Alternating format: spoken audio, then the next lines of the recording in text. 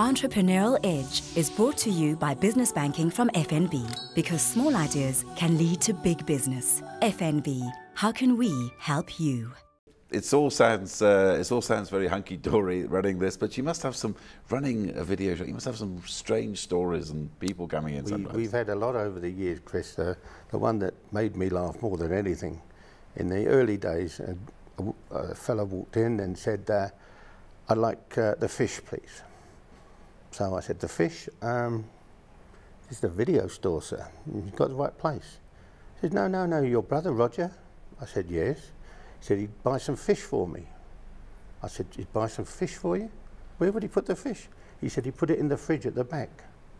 Lo and behold, I go to the back, get the fish, the amount of money the guy's got to pay. And I told Roger, I said, Roger, we really got to get into this business a bit more seriously. Not selling fish either by. Well, that's a good one. That's it. But Chris, in this common day and age, I mean, you must get some strange and weird people coming into your shop. Tell us. Yeah, you just get some very large characters coming in. They just, it's the strangest things. So what we've started to do is get cameras in our store to show that we are checking our DVDs and discs, because often people would come back with a disc snapped in half and would say that we'd given it to them like that, when obviously we wouldn't. We like to check our DVDs, make sure there's no scratches or anything like that. So I mean, you get some difficult people. But I mean, the actual complaints and trouble in your business, is it fairly rare or not?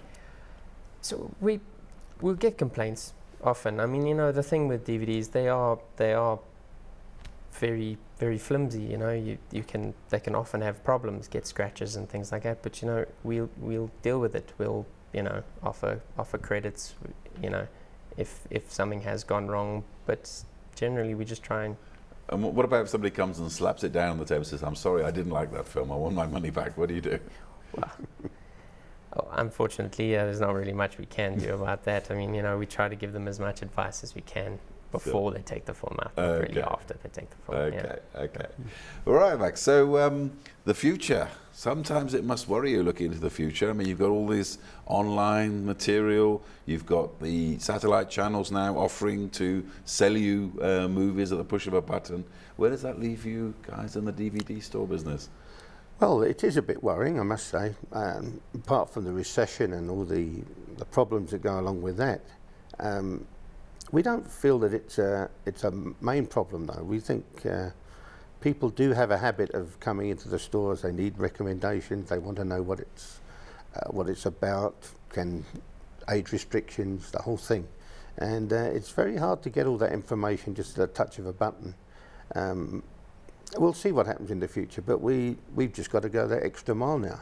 Do a bit more service, make sure it works. I mean, Chris, you're of the new generation and you know what's out there. I mean, these days, if you get a blockbuster movie that's out, you can find it somewhere on the internet. Doesn't that worry you? You know, it is worrying, of course. But like you say, we just focus on our service. Just try and be as friendly as we can to the customers, and, you know, that keeps them coming back. And Mike, one thing that does concern you as well, I know, is that people can download movies through servers. You've had an instance of that. Just tell us a bit about it and what you can try to do about it. Yes, well, it concerns a university, and their basic philosophy is that their students can download from their server quite a lot of these mini-series and things they shouldn't be downloading. Now, it's a bit of a problem for us, because it comes under the heading of piracy. And the actors and the studios, they work for a living. If people are doing this in a pirate way, it's in the long term, it's not going to help movies whatsoever. And what can you do about it, though? That's the question. Well, we have approached the studios who are looking into it through New Metro and Stir, see what they can do about it. But it's also the guys on the side of the road selling DVDs, and you might have a fella's head walking across the picture when you actually put it on your screen, but that's the chance you have to take with those things. Another thing, Chris, I mean, I understand that you've actually raised this issue in the past about the thousands of people across the country who sit at traffic lights. We all see them. There's a flow of stuff here, and as you've just said, people sometimes film them in the movies. You can see people standing up and getting out, but I mean, a lot of people still buy them. I mean, what can you do about it? People do buy them. Unfortunately, that's their choice. We offer a solid product with which we can almost guarantee that you'll enjoy watching it. You know, you won't have someone's head bobbing in front of the screen. We can guarantee that. You won't have 20 different subtitles on. You know, and you'll get quality. And well, surely though, Mike, it must be eating into your profits, these things. I mean, even if it's only a small amount. I mean, what do you think this has cost you?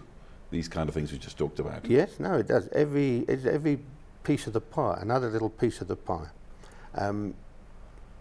What can we do? We're going to keep trying. We keep pushing the good product, trying to do the right things. I think the recession might be over in about 50 years' time. We're lucky. But until then, we've just got to push it. And the other thing, of course, is in these tough times, you do get the competitors closing. So you have a sort of an amalgamation of interest there as well. So I don't know. I think we're going to be okay. We're trying. And Chris, you're the next generation. I know the policy of your business, Video Spot. You're trying to bring up the youngsters and sort of as a family business. How do you see the future? I mean, well, you know, something that my father sort of instilled in me, and we've done throughout the history of our business, is we've learned to adapt to whatever has come around. You know, whether it was from Betamax to VHS, from VHS to we even had laser discs for a while those were going, and to DVDs, now to Blu-ray. We move on, you know. If it means maybe digital copies of things, we'll carry on going. I mean, do you think there'll ever come a time where you know, you'll have an email from somebody and they'll just, okay, can you send me this?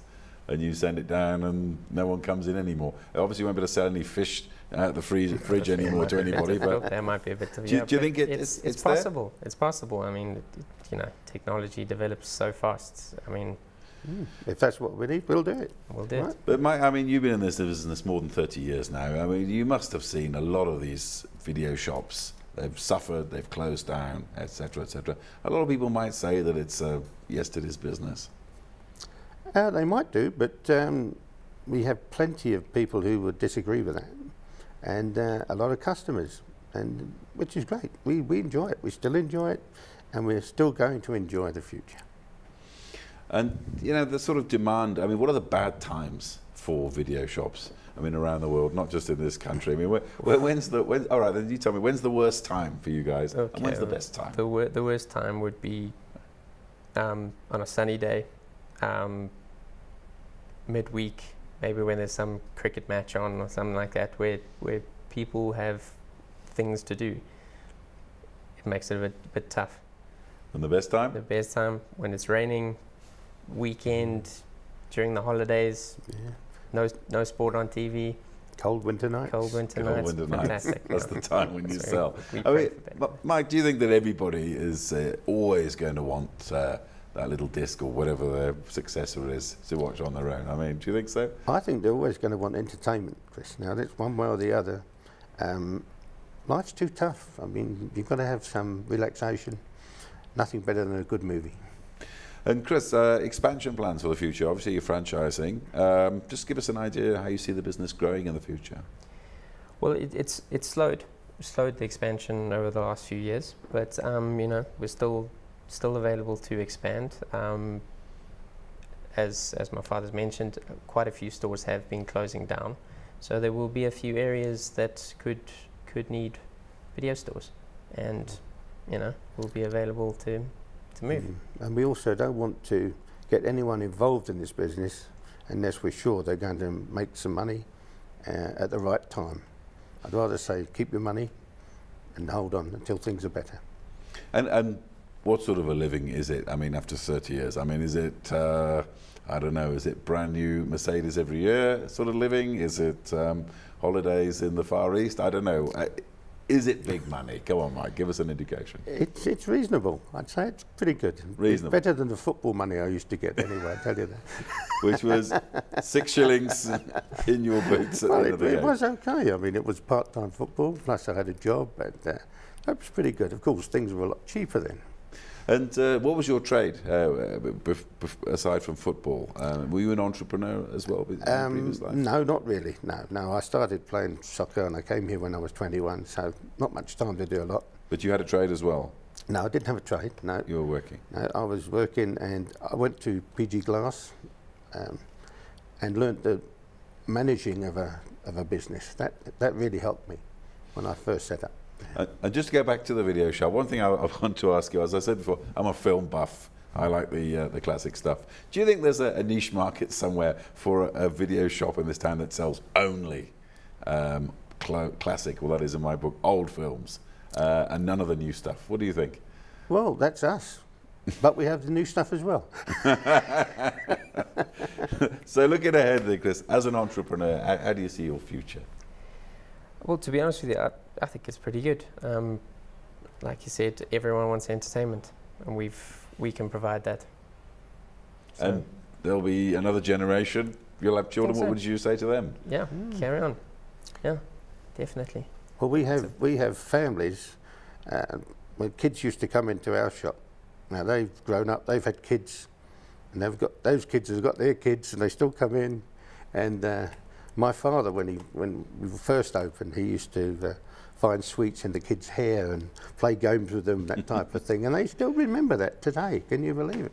He's been dead 15 years, you know. But, Anyway, Mike, Hugo, and Chris, thank you very much indeed for father and son coming in to tell us about how the trials and tribulations of Video Spot, which began, lest we forget, in Craigle, Johannesburg. Thank you very much for joining us on this edition on the Entrepreneurial Edge.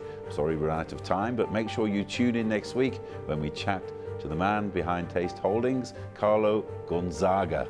Until then, from myself, Chris Bishop, it's goodbye.